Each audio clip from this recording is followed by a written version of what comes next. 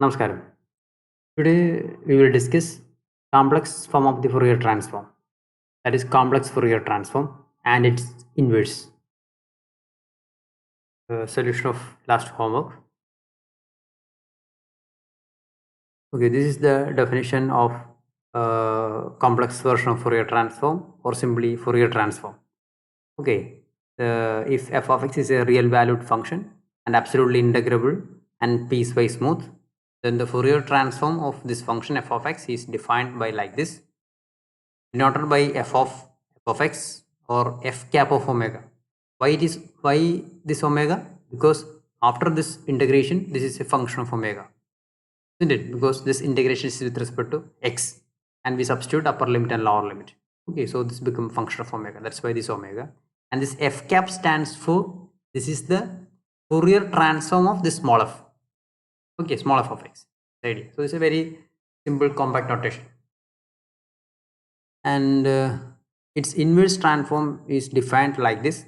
That is f inverse of f cap of omega, that is equal to 1 by root 2 pi integral minus infinity to plus infinity f cap of omega into e raised to I omega x d omega. Okay. And similar to our Fourier sine transform and Fourier cosine transform, it has two properties. First one is f inverse of f cap of omega is equal to f of x if f of x is continuous. That means if this function is continuous, then the f inverse of f cap of omega. So this is our f cap of omega, that is a Fourier transform of this function. Okay, if you take the f inverse on this function, that gives our same function f of x. This is true for this is true when our given function f of x is continuous. Otherwise, suppose f of x is discontinuous at some point, then what happened? That is similar to our Fourier sine and cosine transform. F inverse of f cap of omega equal to average of the limits if f of x is continuous at that point. Clear? The discrete version of this Fourier transform is known as discrete Fourier transform. Okay. And FFT means first Fourier transform. First Fourier transform is the efficient algorithm for computing DFT. First problem, evaluate the Fourier transform of f of x is equal to 1 for mod x less than 1, 0 otherwise. Hence evaluate this integral, that is integral minus infinity to plus infinity sin omega by omega d omega. So first we have to find the Fourier transform, and this is the formula for evaluating the Fourier transform f of x, or we simply denote f cap of omega. It's a very simple notation. That is 1 by root 2 pi integral minus infinity to plus infinity f of x e raised to minus I omega x dx. Okay, we just replace this f of x by this function. And what is the property of this function? You can simply plot this function. Okay, this is the graphical representation of this function. Okay, what is mod x less than 1? Mod x less than 1 means it is minus 1 less than x less than 1. Okay, this is mod x less than 1. So over this interval, the function value is 1. Otherwise, outside this interval, function value is throughout 0. Okay, throughout 0. So this is the graph of this function. It is clear that this function has two discontinuous points. Which are the discontinuous points? Yes, minus 1 and plus 1. Okay, except these 2 points, this function is continuous. Okay, so we have to split this integral as sum of 3 integrals using these 3 intervals. The first integral is integration from minus infinity to minus 1 plus integral minus 1 to plus 1. The last one is plus 1 to infinity. Okay, so what happened? So what about the first integral?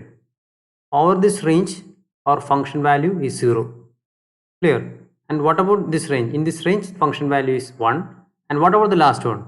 In last one, our function value is 0. Clear? On these two intervals, our function value is 0. So it is clear that this first and third integral are 0. So we have to compute only the second one. Okay. So this integration become 1 by root 2 pi integral -1 to +1. In this interval, our function value is 1. So f of x become 1. 1 into e raised to minus I omega x dx. Okay. Okay. So what about this integral? This integral become e raised to minus I omega x by minus I omega, because this integration is with respect to x. So we can treat this minus I omega as a constant. And this minus I omega is a constant with respect to x. So you can take outside. So what happened? Okay. And what about this? Next we have to substitute this upper limit and lower limit. Anyway, this is common, so you can take outside. So what happened? So e raised to minus I omega minus e raised to I omega. When x equal to 1, this is e raised to minus I omega. When x equal to minus 1, this is e raised to I omega. Okay, what about this difference? We know that what is v raised to I theta or v raised to I omega. Okay, v raised to I omega equal to cos omega plus I sin omega, and e raised to minus I omega is equal to cos omega minus I sin omega. So what about this difference? So yes, its difference become minus 2i sin omega. We have one minus sign on here, so this minus into minus become plus. So this expression become 2i sin omega divided by root 2 pi I omega. And we can cancel one root 2, so numerator become root 2, and you can cancel this I. Okay, we can cancel these two i's. We can cancel one root 2, so this become root 2 by root pi sin omega by omega. So this is the Fourier transform of this given function, root 2 by pi sin omega by omega. Next we have to evaluate this integral. Okay, how?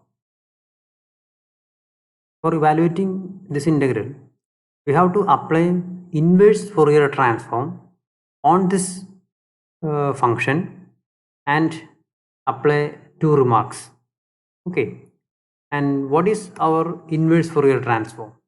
This is our inverse Fourier transform. F inverse of f cap of omega is equal to 1 by root 2 pi integral minus infinity to plus infinity f cap of omega e raised to I omega x d omega. Okay. So we just replacing this f cap of omega by this Fourier transform. So f inverse of this f cap of omega become 1 by root 2 pi integral minus infinity to plus infinity. This is our f cap of omega into e raised to I omega x d omega. Okay, and what is our remark? And this root 2 by pi is constant, you can take outside and cancel, you can cancel one root 2. So this become 1 by root pi into root pi, that is 1 by pi. Okay, so this expression become is 1 by pi integral minus into plus infinity sin omega by omega e raised to I omega x d omega. And what is our remark? And the remark says that f inverse of f cap of omega is equal to f of x whenever it is continuous. Otherwise, we have to take the average. Clear? And this is the graphical representation of this function, and it is clear that we have two discontinuous points, only two discontinuous points, -1 and +1. So except these 2 points, this function is continuous. So what about this integral representation? This integral value is equal to f of x.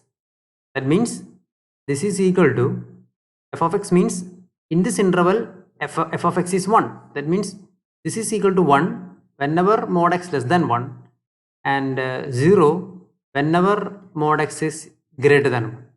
Clear? So on this interval, this function is always continuous.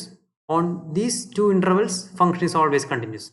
It has only two discontinuous points, that is -1 and +1. So what is the value at x equal to -1 and x equal to +1? At x equal to 1, what about the left hand limit? What is the average? What is my question? What is f of -1 plus f of sorry, this is your, yes, what about this value? This is the average of left and right limit at x equal to -1. This is the left hand limit. What is left hand limit? Whenever extending to -1 through left side, then its limiting value is 0. Correct. Then plus. What about the right hand limit? That is, yes, 1 divided by 2. So this is equal to 1 by 2.